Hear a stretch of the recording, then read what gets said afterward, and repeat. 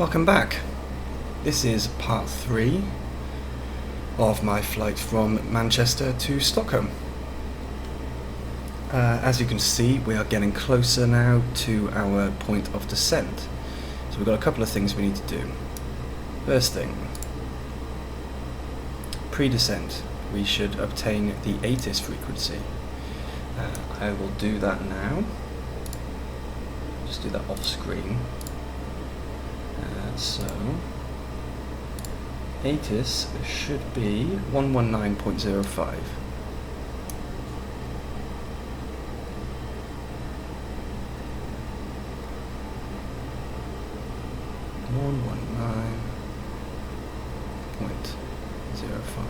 There we go. Next, MCDU, flight plan, performance, nav, radio, or set. Let's just go down to here, performance.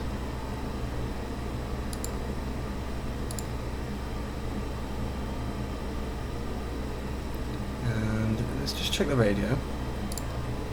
Ah, good. I did set the radio up to try and pick up the closest VORs.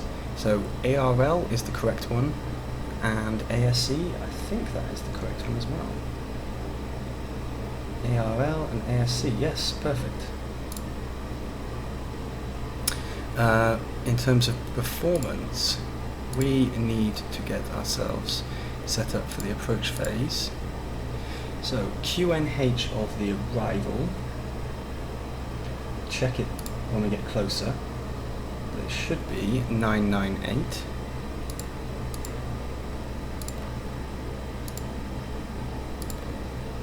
Temperature should be 7. Wind.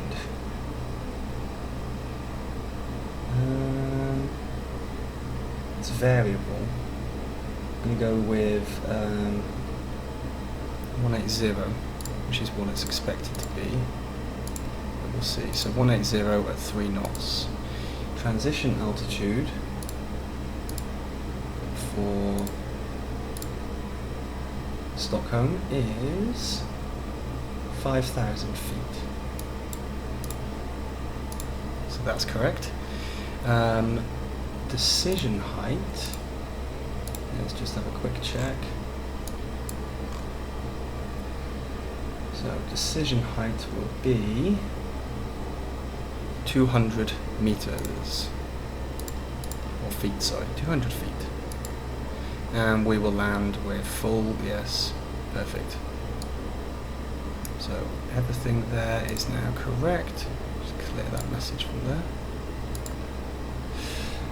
Next, what do we need to do? Nav accuracy check. Okay, so if we go to the data section, is it the data section? No, this one, progress. Nav accuracy high, perfect.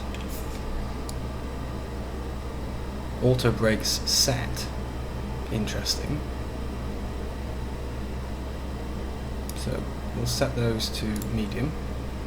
No, we won't. We can't do that. That's a strange thing to do. Seatbelt sign on. No, we don't need that yet. Anti-ice. We are going to need anti-ice because there's a lot of cloud cover here. So we'll turn those on. And it's now time to descend, as you can see from our little marker here. Just take that back a level. So our final descent altitude is going to be 2,500. So let's get that back down to 2,500.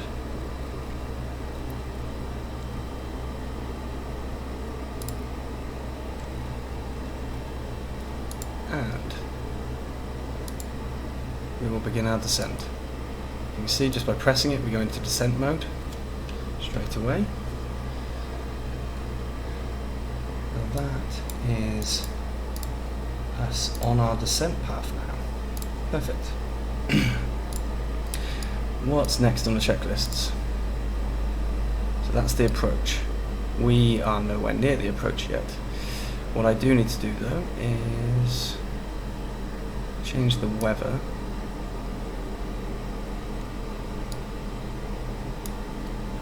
So we're just going to tilt it down. The weather will need constantly adjusting. But we'll see. Just need to get some ground scatter at the edge, which is what we've got now.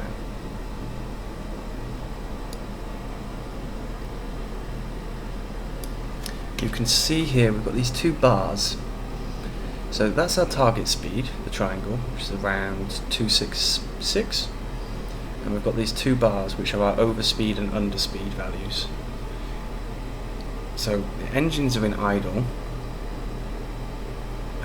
We are dropping like a stone because we descended too late. As you can see here, this little zigzag mark, that is showing that we are currently 1,800 feet above what we should be, which is why we're dropping so quickly, so that we can try and get back down to the right location. At this point here, we should be back on track on the vertical descent profile. And you can see here it is dropping very quickly, and as soon as we get to that point there just before pellet, well, it's moving because we can't descend quickly enough because of the maximum speed values. As soon as we get close enough, we will be able to change our descent rate. But we're almost there now.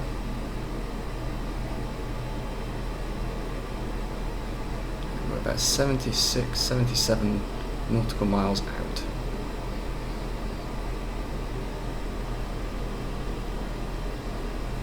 Almost there with our vertical deviation, which is good.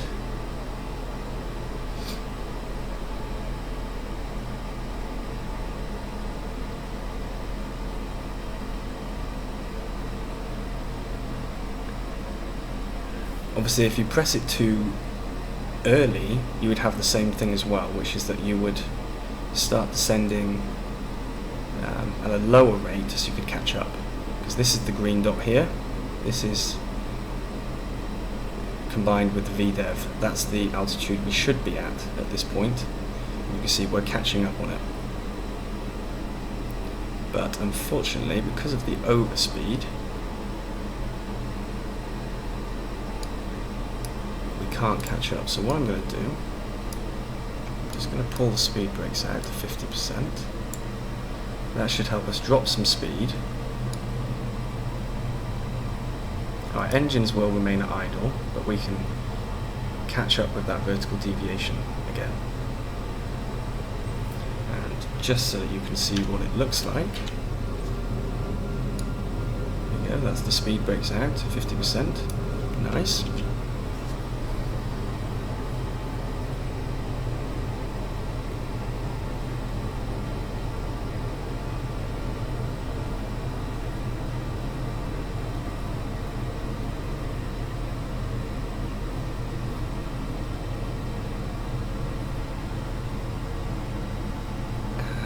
There we go, vertical deviation, back on track, so we can put the speed brakes back in. I have armed them already, just ready for when we get down to the ground. And I'm going to adjust this again, now down to 40 nautical miles. So far there's not any significant weather that you can see, so that's good. And now it's just a case of playing the waiting game. What we should do though, if I just zoom in here, we should set ourselves to below. We're not concerned with aircraft above us because we're not climbing anymore, we're concerned with the aircraft below us.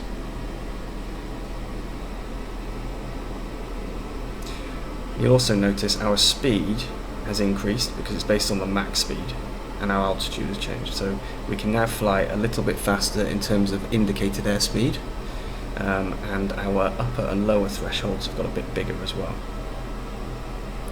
When you're above 30,000, the barber's pole, as it's called, which is the overspeed indicator, is very close.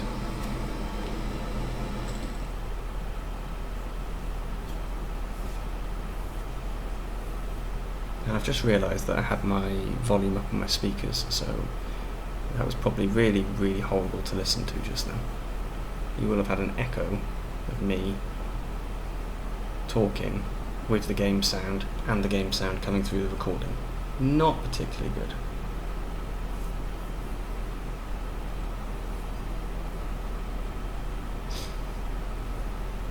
But we are getting there. You can see our first level here is above 100, flight level 100, which is 10,000 feet.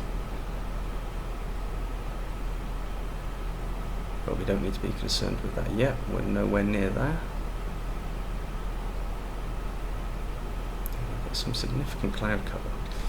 Can I now see Stockholm yet? Is it possible? I think. There we go, look at that. Conditions. Altimeter is 2947. I'm not sure what that is. Sky conditions 500. Broken. Visibility 10. Wind 180 at 5. Okay. And the ATIS is apparently 121.625, so we'll change that.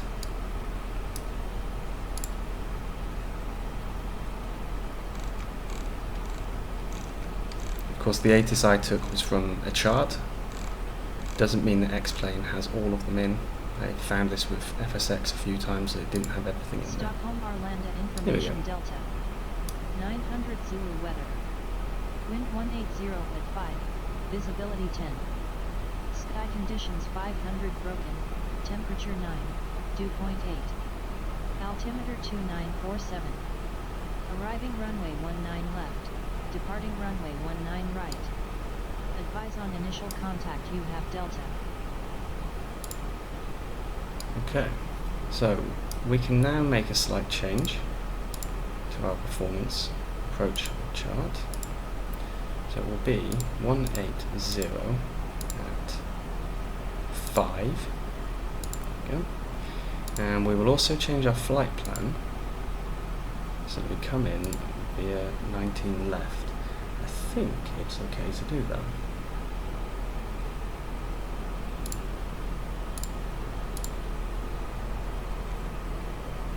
I don't think we're going to have any problems. No. Just checked it on the Navigraph and it should be fine. So we'll take ILS 19 left. It will keep the same star. No, we won't, sorry. We're going to have to change the star to Alto 7P.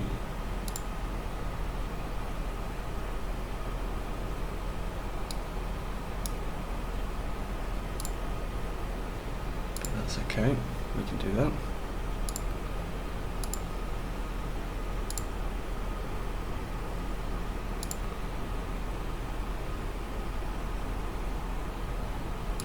Clear that LTOC and clear out flight plan discontinuity. There we go.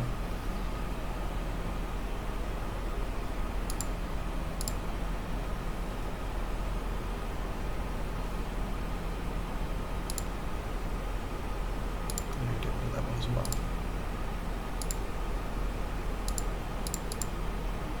Perfect. Now, if I just check the charts quickly for 19 left and make sure that that is the same decision height. So, Cat 3 aircraft, decision height is 50 feet. Okay.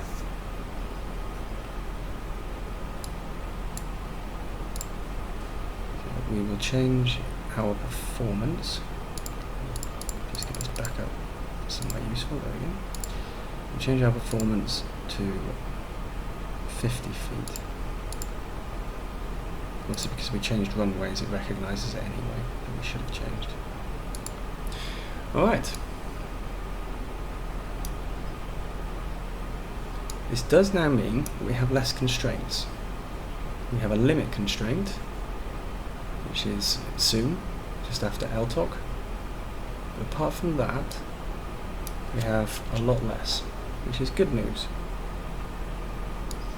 Now at 10,000 feet we don't seem to have anything on here, but at 10,000 feet I will put on the seatbelt signs and the landing lights, and you can see that because we are approaching the limit point, which is 10,000 feet, the rate of descent is slowing so that we can try and get down to 250, which is the target. Most airports have a target of 250 knots maximum below 10,000 feet. So because we are currently below our profile, I'm going to just pull the speed brakes out a little to try and help us get down. That way we can drop our speed and catch up on our vertical deviation. So that's 10,000. Landing lights on. Runway turn-off lights on. Seatbelt lights on. Brilliant. We've still got those speed brakes out. Just going to pull them out a little bit more. Up to full. So we can try and catch up on our vertical deviation. We're now very close to the runway, and there we go, we're caught up on the vertical deviation now, which is perfect. So I can put that back in, arm it again,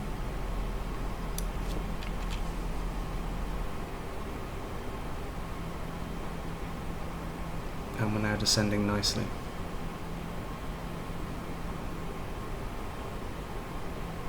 What can we see from the passenger window? Absolutely nothing because of the clouds still. There's a shame. We will look at the approach checklist. So, sliding table stowed, yeah. External lights on, yes. Seatbelt sign on, yes. LS. The LS on each side, so that's the landing system. You can see all these extra dots everywhere now. And we'll also put it on the co-pilot side, even though we don't have one today. Pressurization checked. So, pressurization is dropping. All looks fine. ECAM status check. No messages. Yep, brilliant. What's next? Next will be the landing, which is when fully configured and established on approach. So that's not us at the moment, so we don't need to be concerned about that. What I am, however, concerned about is our rate of descent. I think it's a little bit slow, so what I would like to do is get us descending a little bit faster.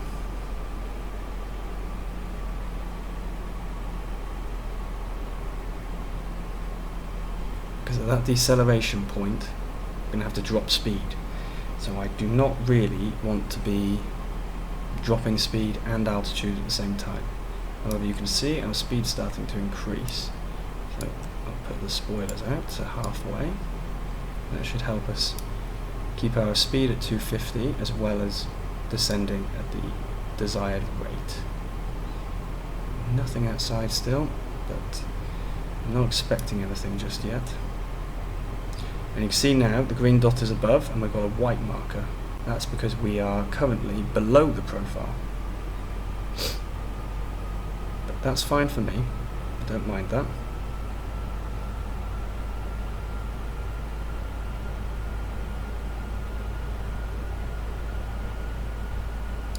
Our engines currently are idle though. Are not idle. So let's just put that back up. And let's now push this back in. So we said 998 is what I think it should be.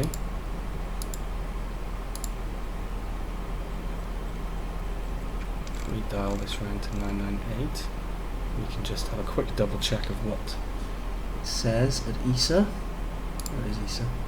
There it is. Altimeter 2947. Okay, so that is correct. There we go. Right.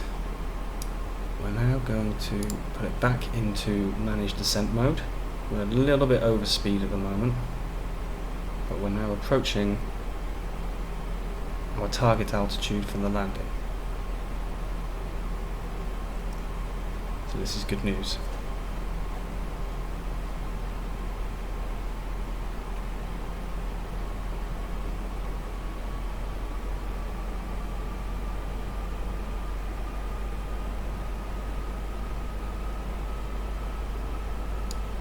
So what I'm going to do, check QFE, oops.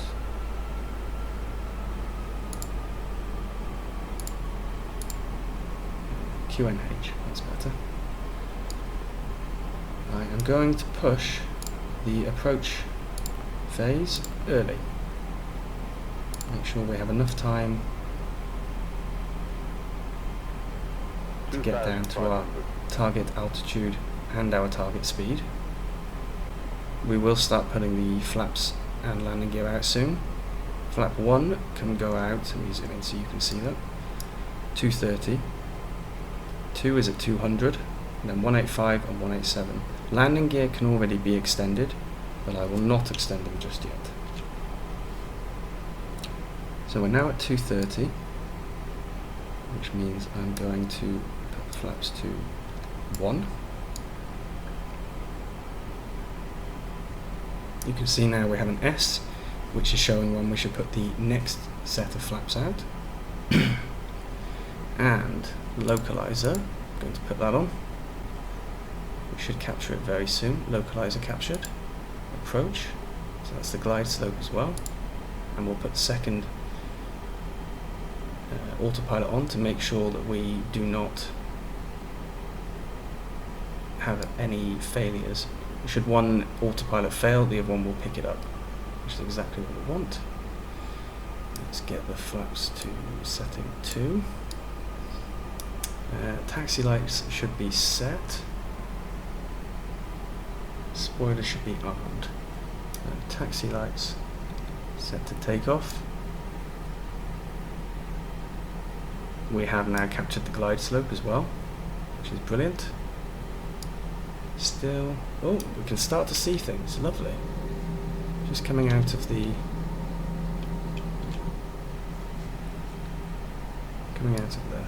Now, we're still going a little bit too fast. Not dropping as I would want. I'm just going to drop that down.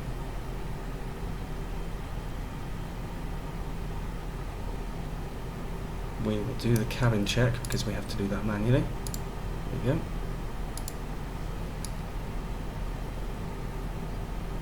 So we've still got these clouds breaking. That's the correct level for the flaps. And we'll bring the landing gear down. Wait for the 3 green message. At the moment we are perfectly on track. Put those spoilers back in and arm them. Landing gear 3 green. Perfect. Flaps are not yet full, but we can put them to full now. Okay. So it's looking good. What can we see from our passenger window? Not much at the moment still.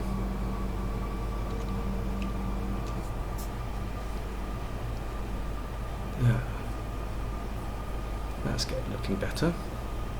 1,000.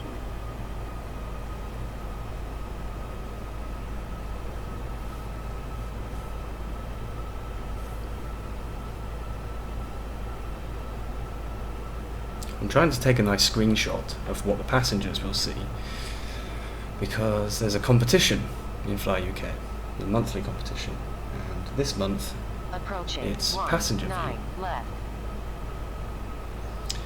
Missed approach, let's just have a quick check. It should be 1,500 feet, so we'll just set that to 1,500, so that if we have a missed approach we can instantly dial it out.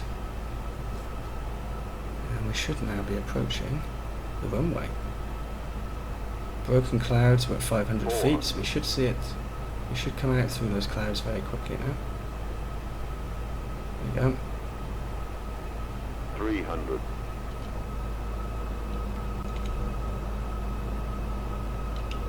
200.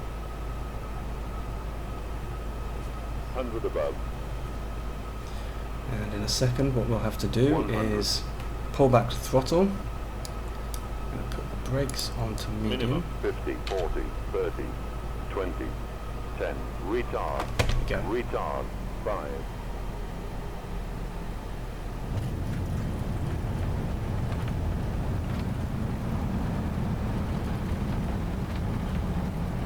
We're not using reverse thrust. I don't think we need to.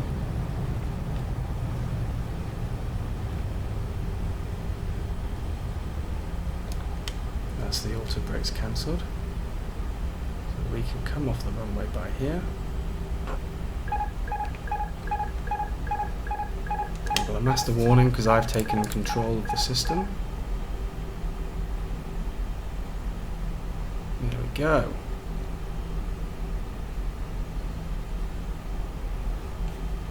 We'll just slow ourselves down.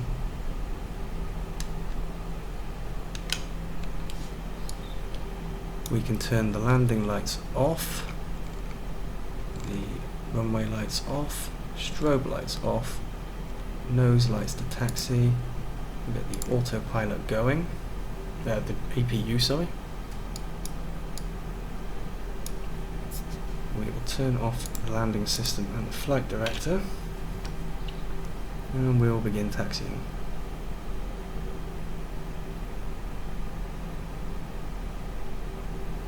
So that was a nice successful landing. Very happy with that. And that was 20 minutes ahead of schedule. Not including the time for taxiing to the airport, obviously.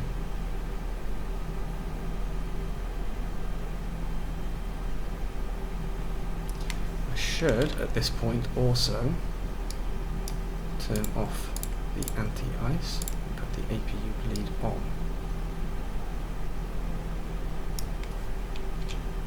Brakes are very, very hot,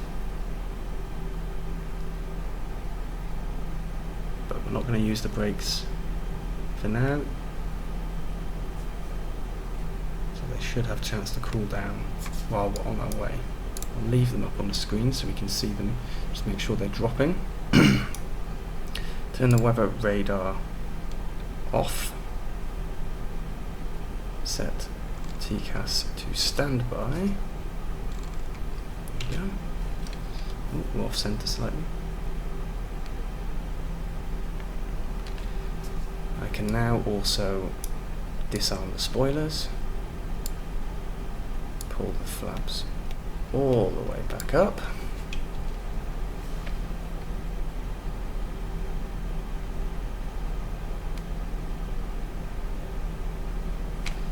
and now I have to choose somewhere to park.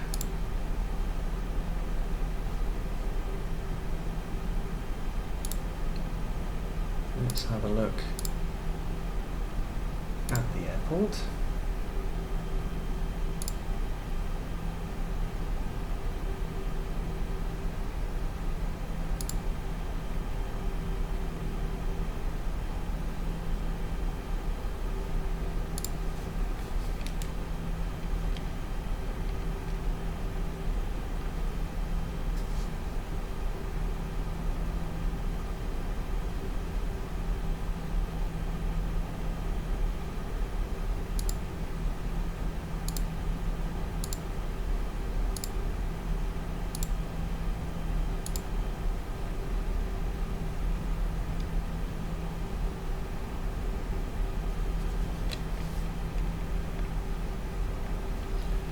So we're going to keep going round.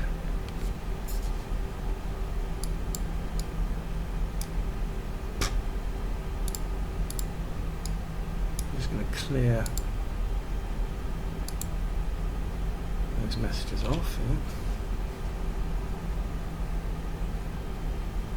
And of course we are now lighter, which is why it's a little bit easier for us to move around. We need to go to apron Foxtrot Alpha. So we're going to head this way.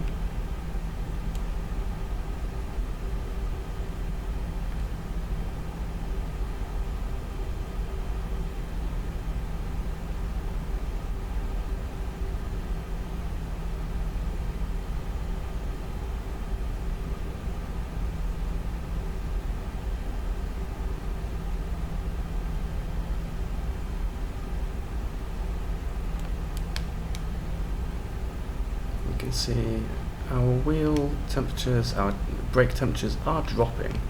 They're still pretty high.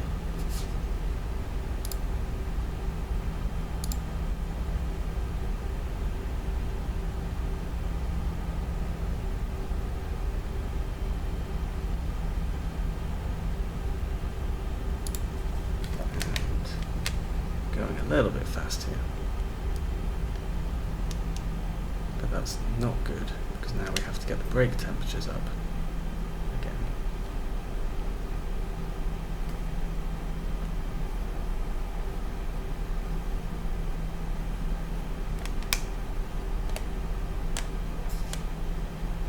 You close that down, don't you?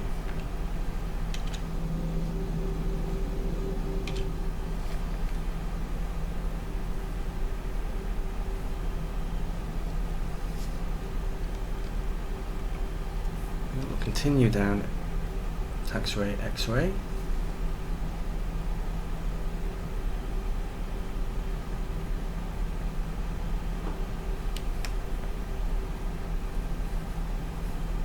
Until we get to Apron Foxtrot Alpha, which is a little bit further down.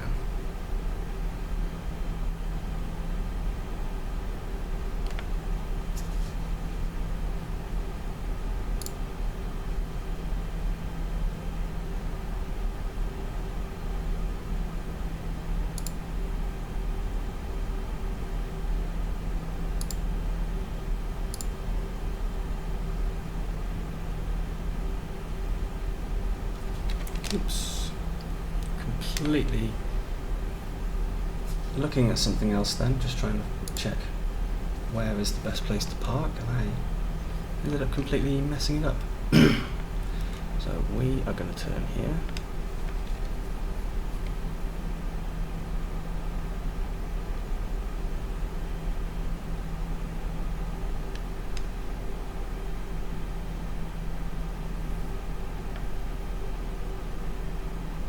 This is Pier F, just to the left of us now.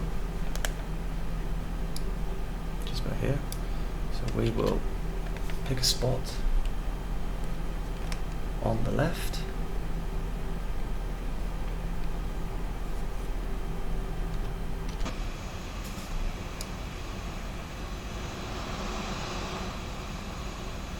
Probably the one from last, I think, is suitable.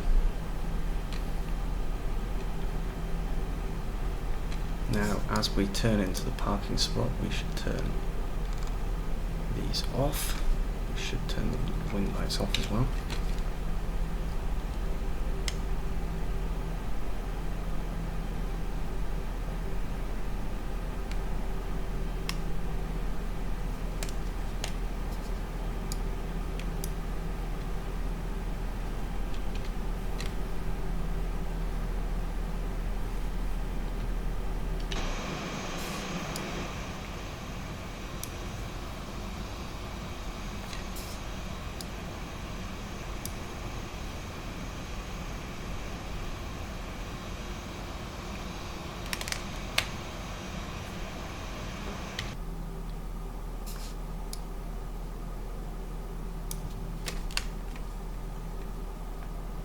Just get ourselves onto the centre line a bit.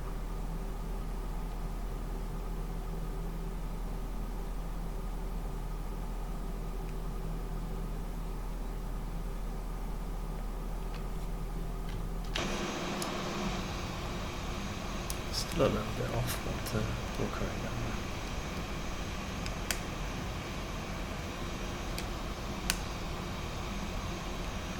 There we go. So, back into the cockpit, turn the parking brakes on, Perfect. Let's just have a quick check here. So after landing, we've done all of that. Parking brake set. Engine master 1 and master 2 off.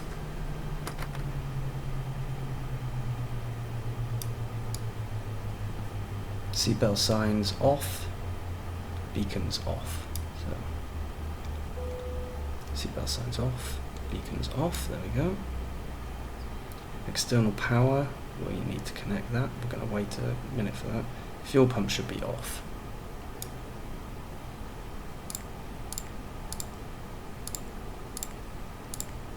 There we go. Going to put the brake fans on just because those brakes are still a bit high. They need to cool down a bit. And after the parking, it's securing, which we're not going to do because this plane is going to be used again today, although not by me. So we'll just quickly connect the external power so we can finish everything. Chocks as well. So now the chocks are there, we can turn the parking brakes off. And the external power is now available. Brilliant. Which means we can now switch off our APU. Excellent. So, thank you very much for watching. I hope you've enjoyed this little 3-part episode, and I'll see you again soon. Bye bye.